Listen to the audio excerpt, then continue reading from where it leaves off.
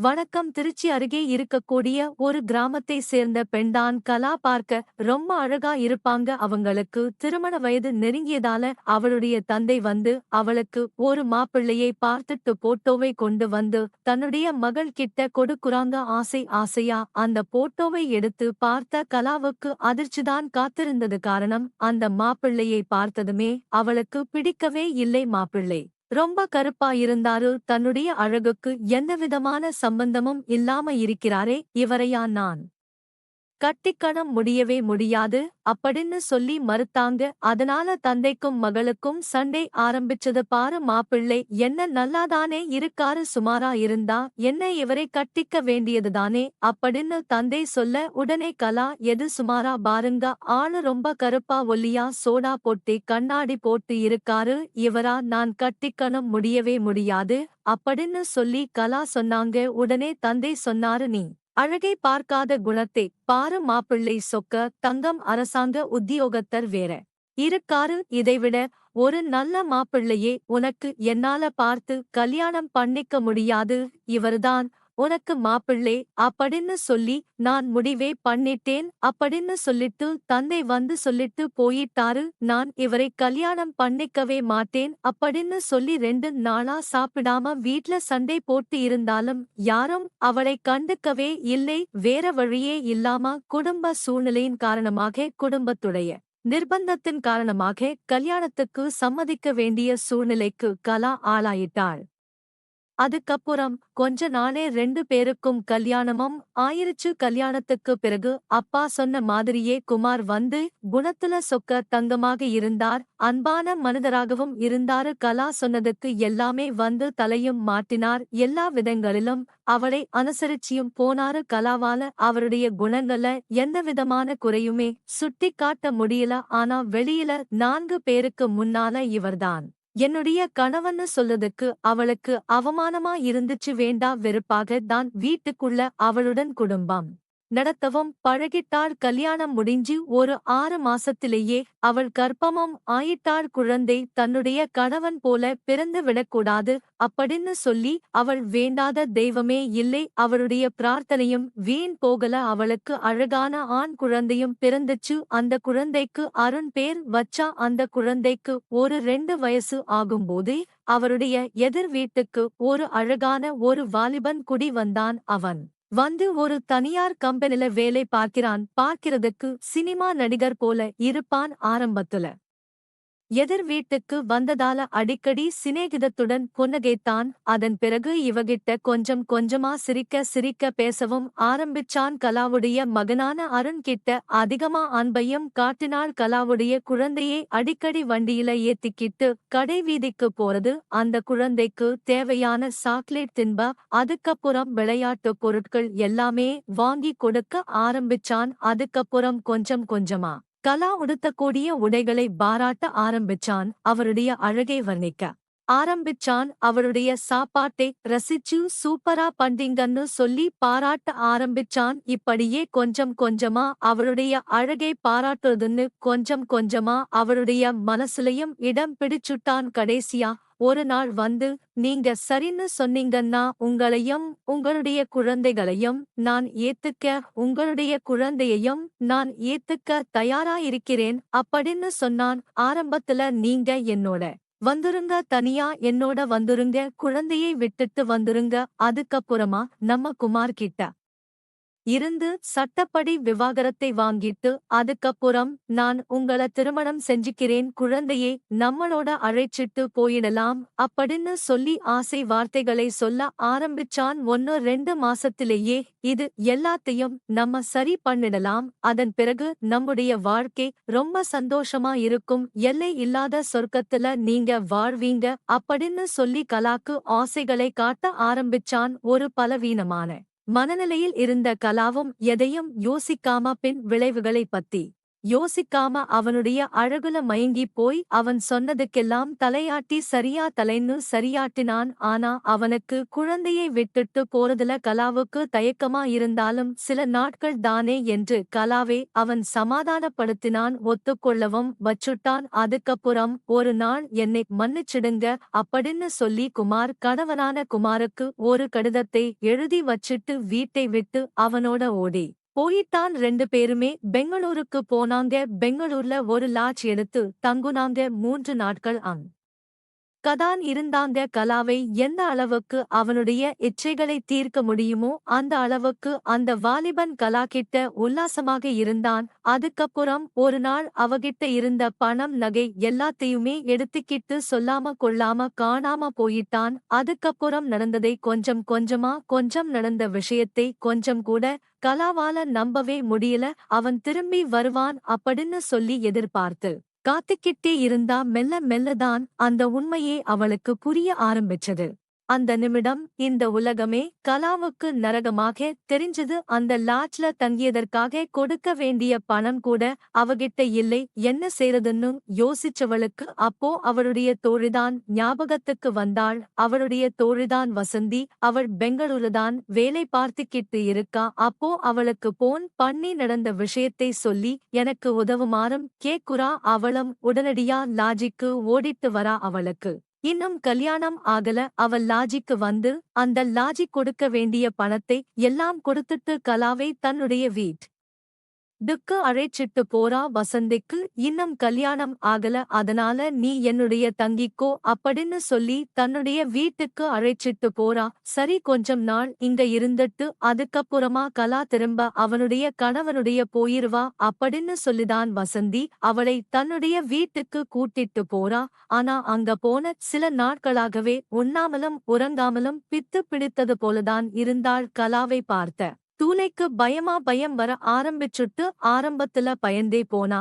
அவள் தற்கொலை பண்ணிருவாளோ அப்படின்னு சொல்லி அவளுக்கு சந்தேகம் கூட வர ஆரம்பிச்சது. அவளுடைய சந்தேகத்தை புரிஞ்சு கொண்ட கலா வறண்ட குரல்ல பேச ஆரம்பிச்சா. பயப்படாத வசந்தி, நான் கண்டிப்பா தற்கொலை எல்லாம் செஞ்சுக்க மாட்டேன். நான் செய்த தப்புக்கு நான் அனுபவிக்க வேண்டியது இன்னும் நிறைய இருக்கு. அதை முழுசும் நான் அனுபவிக்காம நான் சாக விரும்பல அப்படின்னு சொல்லும்போதே அவளுடைய வார்த்தைகள சுய வெறுப்பு பரிபூரணமாக தெரிஞ்சது. சரி, ஏதோ ஏமாந்துட்டோம் அப்படிங்கறதுக்காக இப்படி பேசுறா. காலப்போக்குல இதெல்லாமே சரியாயிடும் அப்படின்னு சொல்லி வசந்தி நினைச்சா. ஆனா அது நிரந்தரமாக கலாவுடைய மனதுக்குள் தங்கிப் போனது. இப்படியே நாட்களும் வேகமாக ஓடிச்சு. 1 மாசம் ஆயிருச்சு. அதுக்கப்புறம் ஒரு நாள் வசந்தி வந்து கலா கிட்ட கேட்டா. சரி, என்னதான் பண்ண போற, என்னதான் முடிவு பண்ணிருக்க அப்படின்னு சொல்லி வசந்தி வந்து கலா கிட்ட கேள்வி கேக்குறா. உடனே கலா வந்து வசந்திகிட்ட சொல்றா, எனக்கு இங்கேயே ஏதாவது ஒரு வேலை வாங்கி தரியா அப்படின்னு கேக்குறா. அப்படின்னா நீ திரும்ப உன் வீட்டுக்கு போகலையா அப்படின்னு சொல்லி வசந்தி கேக்குறா. இதுக்கு நான் என்ன பதில் சொல்றதுன்னு தெரியாம அவள் முன்னாடி தலை குனிஞ்சு நிக்கிறாள் கலா. அதுக்கப்புறம் கலா பேசுறா. நான் ஒரு 3 நாள் சாக்கடையில் விழுந்து அழுகி போயிட்டேன். அந்த நல்ல மனுஷனுக்கு மனைவியாகவோ அவளுடைய குழந்தைக்கு தாயாகவோ இருக்கிற அதிகதையே நான் இழந்து போயிட்டேன். அப்படி சொல்லும் போதே கலாவுடைய கண்களிலிருந்து கண்ணீர் தாரை தாரையாக சிந்தியது. அப்ப வசந்தி சொல்றா, இல்ல, நீ வீட்டுக்கு போயே ஆகணும். அப்படி நீ உன் வீட்டுக்கு போலன்னா உன்னுடைய கணவன் வந்து நீ அந்த பையனோட தான் நீ வாழ்ந்துகிட்டு இருக்க அப்படின்னு சொல்லிதான் அவர் நினைச்சுக்கிட்டு இருப்பாரு. அதனால நீ கண்டிப்பா நீ போயே ஆகணும் அப்படின்னு சொல்லி வசந்தி சொல்றா. நீ 3 நாளைக்கு மேல அவனோட குடும்பம் நடத்தல அப்படிங்கறது உன்னுடைய கணவனுக்கு தெரியாமையே போயிரும் அப்படின்னு சொல்லி வசந்தி சொல்றா. அதுக்கு நொந்து போயி கலா சொல்றா, கருப்புல ஒரு நாளும் 3 நாளும் 9 நாளும் கணக்கு எல்லாம் எதுவுமே இல்லை. கற்பு இருக்கு இல்லை அப்படிங்கறதுதான் கற்புடைய அளவுகோலே அப்படின்னு சொல்லிட்டு அப்படி சொன்ன கலாவை பார்த்து வசந்தி வாயடைத்து போனா. சரி, இப்ப ஏதோ விரக்தியில பேசுறா. நம்ம அப்புறமா பார்த்துக்கலாம் அப்படின்னு சொல்லி வசந்தி விட்டுட்டா. ஆனா அதன் பிறகு எத்தனையோ முறை வசந்தி வந்து சொல்லி பார்க்கிறாள், நீ பேசாம உன் வீட்டுக்கு போ, உன் கணவருடைய போய் வாழு, உன் குழந்தையை நீ பார்த்துக்கோ அப்படின்னு என்னமோ சொல்லி சொல்லி பாக்குறா. ஆனா கடைசி வரைக்கும் கலாவுடைய எண்ணத்துல எந்தவிதமான மாற்றமும் வரவே இல்லை. அவனோட இப்படியே நாட்களும் ஓடிக்கிட்டே இருந்துச்சு. அதற்குப் பிறகான காலங்கள்ல அவள் எதுக்குமே அழுததும் இல்லை, சிரிக்க வேண்டிய நேரங்கள்ல கூட சிரிச்சது இல்லை, தன்னையும் அழகுபடுத்திக் கொண்டதும் இல்லை, ருசியாக சாப்பிட்டதும் இல்லை, வசந்தியை தவிர யாரிடமும் நெருங்கி பழையதும் இல்லை.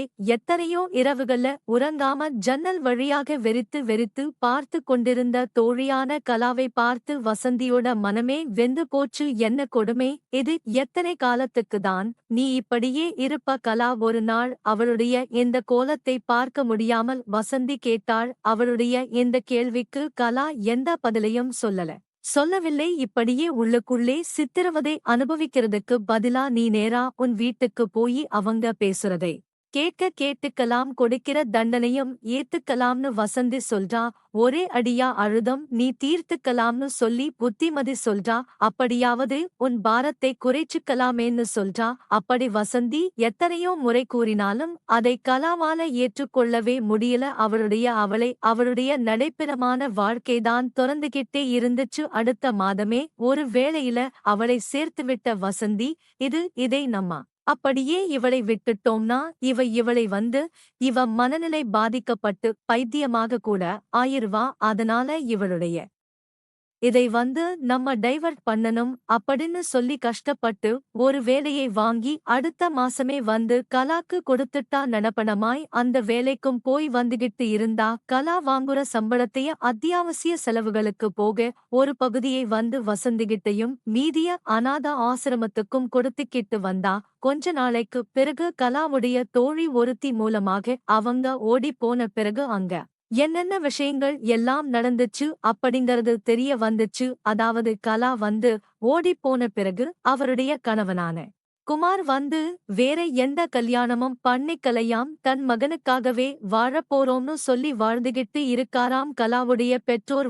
அந்த அருணை நாங்க வளர்த்திக்கிறோம், நீங்க வேற ஒரு கல்யாணம் பண்ணி சந்தோஷமா இருங்க, எங்க மகன் இப்படி பண்ணுவான்னு நாங்க எதிர்பார்க்கவே இல்லை, அப்படி இப்படின்னு எவ்வளவோ சொல்லி பார்த்தாலும் அதற்கு குமார் சம்மதிக்கவே இல்லையாம். மகனை தானே வளர்த்திக்கிறேன் அப்படின்னு சொல்லிட்டாராம். ஊர்ல கலாவை பத்தி கேவலமான பேச்சுகள் அதிகமாகவே அவ சென்னைக்கு மாற்றல் வாங்கி மகனையும் தன்னுடன் அழைச்சிக்கிட்டு போயிட்டாரு அப்படின்னு அவளுடைய தோழி சொல்லி இருக்கா. மகனான அருண் படிப்புல சுட்டியாக இருந்தான். குமார் அவனை பெரிய பெரிய படிப்புகள் எல்லாம் படிக்க வச்சாரு. அவனுக்கு நல்ல வேலை வாங்கி கிடைத்த 2 மாசத்துல குமாரும் இறந்து போயிட்டாரு. அந்த தகவல் கிடைக்கும் வரை போட்டு மட்டுமே வச்சிக்கிட்டு இருந்த நிர்மலா அதன் பிறகு அதையுமே நிறுத்திட்டா. அவர் இறந்து 3 மாதங்கள் கழிந்த பிறகு உடல்நலம் பாதிக்கப்பட்ட கலாவிற்கு மருத்துவ பரிசோதனை செய்தபோதுதான் கேன்சர்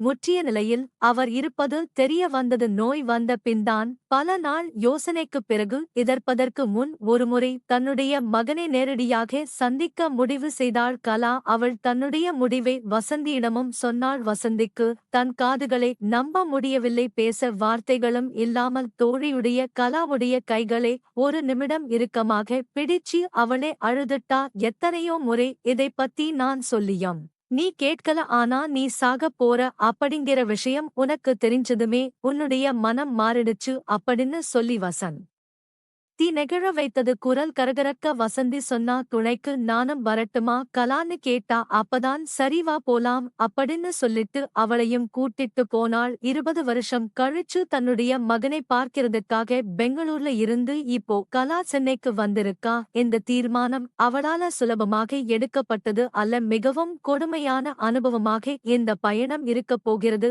என்பதை அவள் நன்றாகவே அறிந்திருந்தாள். மகனை சந்திக்கும் போது அவன் ஒரு புழுவை விட கேவலமாக பார்ப்பான் என்பதில் அவளுக்கு சிறிதும் சந்தேகமும் இல்லை. ஆனால் எத்தனையோ காலமாக அவள் சுமந்து கொண்டிருந்த ஒரு பெரிய பாரத்தை இறக்கி வைக்காமல் அவளுக்கு இறந்து போவதில் விருப்பமும் இல்லை. அதனால சகல தைரியத்தையும் வரவழைத்துக் கொண்டு தன் உயிர் தோழியான வசந்தியையும் உடன் அழைத்துக் கொண்டு அவள் பெங்களூரிலிருந்து சென்னைக்கு வந்துவிட்டாள். ஆனால் பெங்களூரிலிருந்து கிளம்பும் போது இருந்த தைரியம் சிறிது சிறிதாக குறைந்து கொண்டே வந்தது. சென்னைக்கு வந்து வாடகைக் காரில் ஏறி அமர்ந்தபோது சுத்தமாக கரைந்து போயிருந்தது. வாசலில் இருந்து வீட்டுக்கு உள்ளே போவதா போகவாது அனுமதி கிடைக்குமா அப்படிங்கிற சந்தேகம் அவளுக்கு வழுக்க ஆரம்பித்தது. ஆனால் அவன் எப்படி நடந்தாலும் சரி, அது அவள் செய்த தவறுக்கு குறைந்தபட்ச தண்டனையாகத்தான் இருக்கும் அப்படின்னு சொல்லிட்டு கலா தன்னுடைய மனதுக்குள் நிலைத்தும் கொண்டாள். மகனின் வீட்டை நோக்கி கார் முன்னேறியது. கார் அருணுடைய வீட்டு முன்னால் வந்து நின்றது. காரில் இருந்து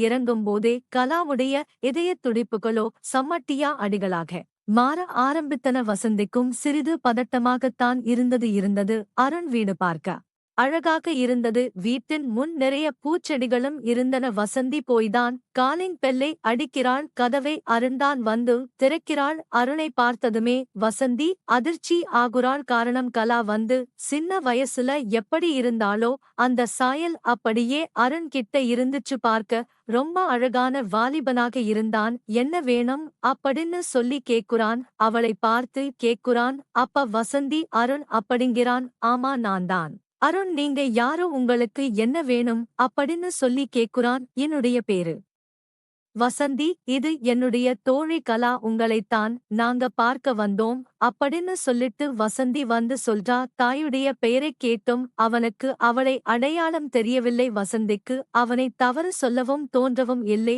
அவனுக்கு அவன் தாயின் நினைவு எல்லாமே ஏதாவது பழைய புகைப்படத்துடையதாக இருக்கலாம். அந்த அழகு கலாவிற்கு இன்றைய நடப்பினமான கலாவிற்கும் தோற்றத்தில் சிறிது கூட சம்பந்தமே தெரியவில்லை. உள்ள வாங்க அப்படின்னு சொல்லி இருவரையுமே அருண் அழைச்சிட்டு போறா. உள்ள வரவேற்புல 2 புகைப்படங்கள் சுவர்ல வந்து தொங்குது. ஒன்றுல குமார் மட்டுமே இருந்தார். இறப்பதற்கு சில காலம் முன் எடுக்கப்பட்ட புகைப்படம் போல் அது இருந்தது. அந்த புகைப்படத்திற்கு சந்தன மாலையும் போடப்பட்டிருந்தது. இன்னொன்றுல குமாரும் கலாவும் கைக்குழந்தையான அருணும் இருந்தனர். உட்காருங்க என்றான். உட்காருங்கன்னு அருண் சொல்லிட்டு உள்ள போனான். இருவருமே அங்கிருந்த சோபாவில் உட்கார்ந்திருந்தனர். அப்போது கலாவுடைய கண்களோ குமாரியின் புகைப்படத்தில் நிலைத்து நின்றன. அவள் போன பின் இன்னொரு திருமணம் செய்து கொள்ளாமல் மகனை தன்னந்தனியாக வளர் ஆளாக்கி நல்ல நிலைக்கு கொண்டு வந்து கடமைகளை முடித்த பிறகு இறந்து போன அந்த நல்ல மனிதரை அவள் பார்த்தாள். அவளுடைய கண்கள் லேசாக கலங்கின. தன் தோழியை பார்த்து கொண்டிருந்தாள் வசந்தி. 20 வருட காலத்தில் முதல் முறையாக கலாவுடைய கண்கள் கலங்குகின்றன. அந்த சமயத்தில் அங்கு அருணம் வந்தான். கலாவுடைய பார்வை குமாருடைய படத்தில் நிலைத்திருந்ததும் அவள் கண் கலங்கியதும் அவளுடைய பெயர் கலா என்று கூட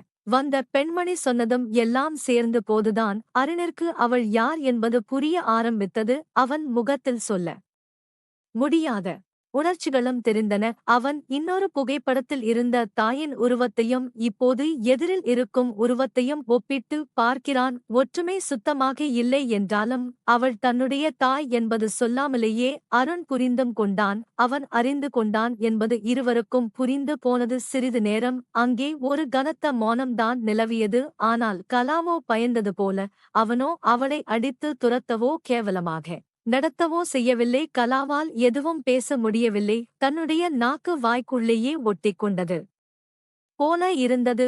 எதையோ சொல்ல நினைத்தது. ஆனால் ஒன்றுமே அவளால் சொல்லவும் முடியவில்லை. அருணாகவே அந்த மௌனத்தை கலைத்தான். நீங்க ஒரு நாள் கண்டிப்பாக வருவீங்கன்னு அப்பா சாகுற வரைக்கும் சொல்லிக்கிட்டே இருந்தார். அம்மா என்றதுமே கலாவுடைய கண்கள் குலமாகியது.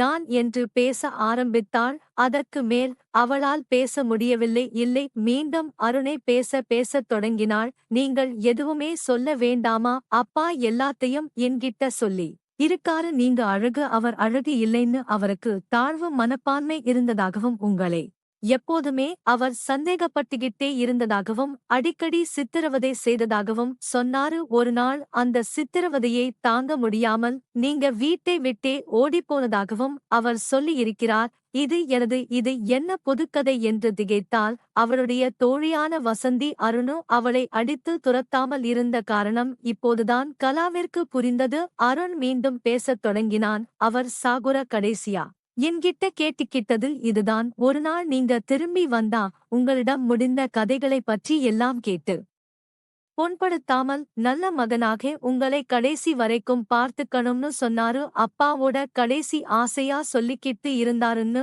அருண் சொன்னான்.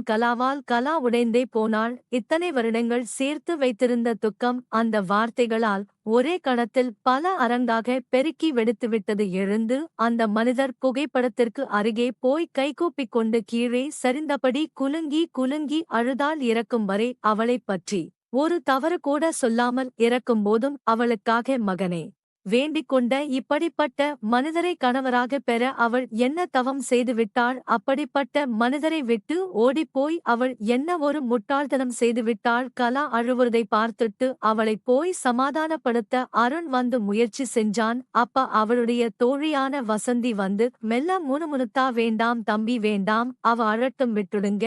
அவ இந்த 20 வருஷமா ஒரு தடவை கூட அழவே இல்ல, சிரிக்கவும் இல்லை. அழுது குறைய வேண்டிய துக்கம் இது தம்பி, அதாவது அழுதே குறையட்டும் அப்படின்னு வசந்தி சொன்னதை யோசித்துக்கொண் டே அருண் அழுத தாயை வெறித்து பார்த்து கொண்டே அமர்ந்திருந்தான். மானசிகமாக குமாருக்கு நன்றி சொன்னாள் வசந்தி. மலையாக நினைத்து பயந்த விஷயத்தை அவர் நல்ல மனதால் ஒன்றி இல்லாமல் செய்துவிட்டாரே. அவர் நிம்மதி பெருமூச்சு விட்டாள் வசந்தி. ஆனால் சிறிது அழுது ஓய்ந்த கலாவோ மகனை பார்த்து உடைந்த குரலில் சொன்னாள். அவர் சொன்னது எல்லாமே போய் என்று கலா சொல்ல வசந்தியோ ஷாக் ஆனாள். எல்லாம் நல்லபடியாக வரும் வேளையில் இவள் ஏன் இப்படி சொல்கிறாள்? கண் ஜாடையால் தன் தோழியான கலா பேசுவதை நிறுத்தச் சொன்னாள்.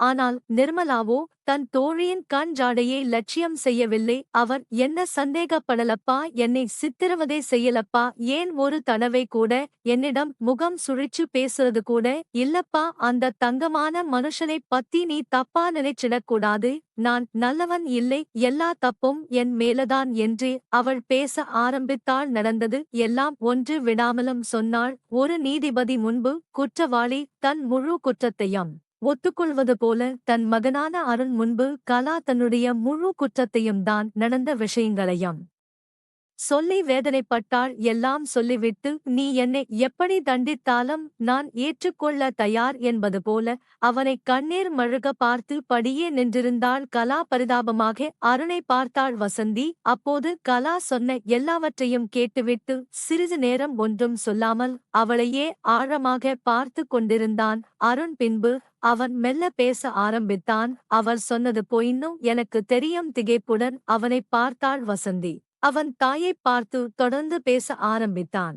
எனக்கு நினைவு தெரிஞ்ச நாள்ல இருந்து அவரை பார்த்து வளர்ந்த எனக்கு அவர் என்ன செய்வாரு என்ன செய்ய மாட்டாருன்னோ தெரியாதாமா. பெரியவனான பிறகு சில உறவுக்காரங்க மூலமா எனக்கு உண்மை எல்லாம் தெரிஞ்சு போச்சு. ஆனா அப்பா கிட்ட நான் உண்மை தெரிஞ்ச மாதிரி காட்டிக்கவும் இல்லை. எனக்கு அம்மாவுக்கு அம்மாவா அப்பாவுக்கு அப்பாவா எல்லாமும் இருந்த அந்த மனுஷன் என்கிட்ட இதுவரைக்கும் வேறு எதையுமே கேட்டதில்லை. சாகுறதுக்கு முன்னாடி அவர் கடைசியா கேட்டது உங்ககிட்ட பழசை எதுவுமே கேட்காம உங்களை ஏத்திக்கிட்டு கடைசி வரைக்கும் லபடியா பார்த்துக்கிறது மட்டும்தான். அதனால அதை அப்படியே செய்ய நான் தயாராக இருக்கேன்னு சொன்னான். மனசால உங்களை மன்னிக்க என்னால முடியல என்று சொன்னான். கலா தலையை குனிந்தபடி புரிகிறது என்பது போல தலையாட்டினான். அருண் எழுந்து அவள் அருகில் வந்து தொடர்ந்து பேச ஆரம்பித்தான். நான் நீங்க எவன் கூடவோ வாழ்க்கை நடத்தி வேறு குழந்தை குட்டிகளோட இருப்பீங்கன்னு மனசுல நினைச்சுக்கிட்டு இருந்தேன்மா. ஆனா அப்பாவுக்கு மட்டும் மனசுல நீங்க அப்படி இருக்க மாட்டீங்கன்னு தோணியிருக்கு. அதனாலதான் அவர் உங்க மேல கடைசி வரைக்கும் ஒரு துளி அன்பும் புரியல. நீங்க ஒரு நாள் வருவீங்கன்னு எதிர்பார்த்தார். நான் அவர் சொல்லியிருந்த பொய்யே சொன்னவுடனேயே அப்படியே நான் நினைச்சுக்கிட்டு இருக்க அப்படின்னு இருக்காம நீங்க மறுத்து சத்தியத்தை இவ்வளவு தைரியமா சொன்னதையும் நீங்க அழுத விதத்தையும் இப்ப இருக்கிற கோலத்தையும் பார்க்கிறப்போ உங்க மேல எனக்கு மதிப்பு உண்டாச்சு. அம்மா அப்பா கடைசி வரை உங்க மேல வச்சிருந்த அந்த அன்பு முட்டாள்தனம் இல்லைன்னு எனக்கு தோணுதம்மா. மகனை திகைப்புடன் பார்த்தாள் கலா. தாயை தோளோடு அணைத்து கண்கலங்கச் சொன். நான் அருண், இப்ப எனக்கு உங்க மேல கொஞ்சமும் கோபம் இல்லம்மா. நீங்க அப்போ செஞ்சது தப்பா இருந்தாலும் நீங்க அதுக்கு அனுபவிச்ச தண்டனை ரொம்பவே அதிகம். உங்ககிட்ட நீங்க இவ்வளவு கடுமை காட்டி இருக்க வேண்டாமா? அப்பா இருக்கிறப்பவே நீங்க வந்திருக்கலாமா? அவர் நிஜமாவே ரொம்ப சந்தோஷப்பட்டு இருப்பார். மகனுடைய தோளில் சாய்ந்து அந்த தாய் மீண்டும் மனமுருக அழ ஆரம்பித்தாள். இதையெல்லாம் பார்த்து கொண்டிருந்த வசந்திக்கு கண்களில் ஆனந்த கண்ணீர்தான் கோர்த்தது. இந்த வீடியோவை பற்றிய உங்களுடைய கருத்துக்கள் என்ன அப்படிங்கிறதை கீழே இருக்கக்கூடிய கமெண்ட் செக்ஷன்ல மறக்காம சொல்லுங்க. முடிந்த அளவுக்கு இந்த வீடியோவை மற்றவங்களுக்கும் ஷேர் பண்ணுங்க. நன்றி, வணக்கம்.